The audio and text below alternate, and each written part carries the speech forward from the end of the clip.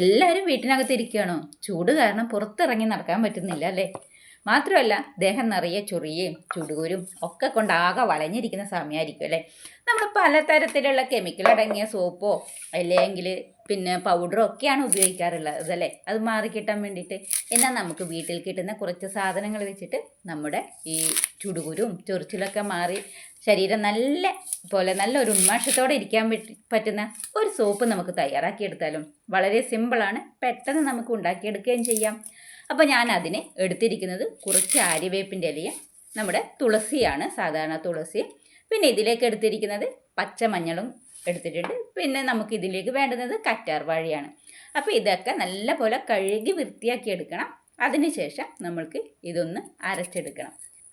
പച്ചമഞ്ഞളാണ് ഇതിലേക്ക് ചേർത്ത് കൊടുക്കുന്നത്. പച്ചമഞ്ഞൾ ഇല്ല എങ്കിൽ നിങ്ങൾക്ക് ഉണക്കിപ്പിടിച്ച മഞ്ഞൾ ചേർത്ത് കൊടുക്കുക. കടയിൽ നിന്ന് വാങ്ങുന്ന മഞ്ഞൾപ്പൊടി ചേർക്കുന്നതിനേക്കാളും നല്ലത് നമുക്ക് നമ്മുടെ വീട്ടിൽ ഒന്ന് പൊടിച്ചിട്ട് ഉണ്ടാക്കുന്ന മഞ്ഞൾ ചേർക്കുന്നതായിരിക്കും നല്ലത്.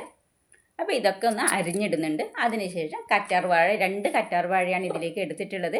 കറ്റാർവാഴയുടെ ആ ഒരു മഞ്ഞ കളറിലെ നീര് നമുക്ക് കളയാൻ വേണ്ടിയിട്ട് കുറച്ച് സമയം വെക്കണം. അതിനുശേഷം മാത്രമേ നമുക്കിത് ഉപയോഗിക്കാൻ പാടുള്ളൂ.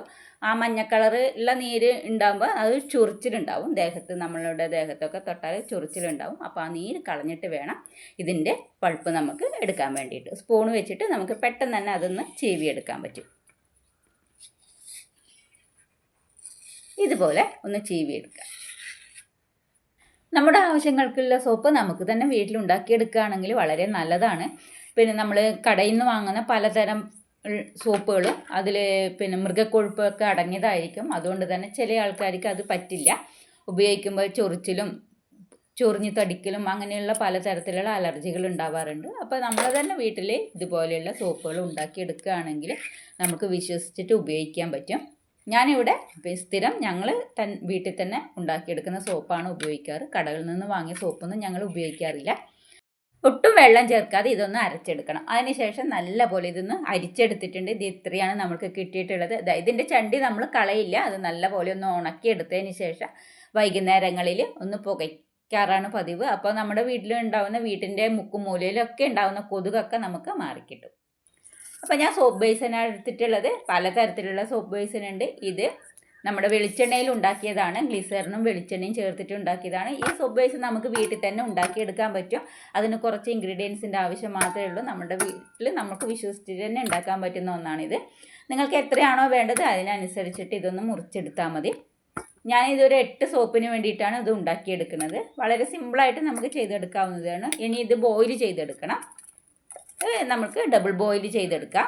അതിനൊരു പാത്രത്തിൽ വെള്ളം വെച്ചിട്ടുണ്ട്. അത് നല്ലപോലെ ഒന്ന് ചൂടായി വരുന്നുണ്ട്. ഇനി അതിൻ്റെ മുകളിലേക്ക് നമുക്ക് ഈ പാത്രം വെച്ച് കൊടുത്തിട്ട് ബോയിൽ ചെയ്തെടുക്കാം.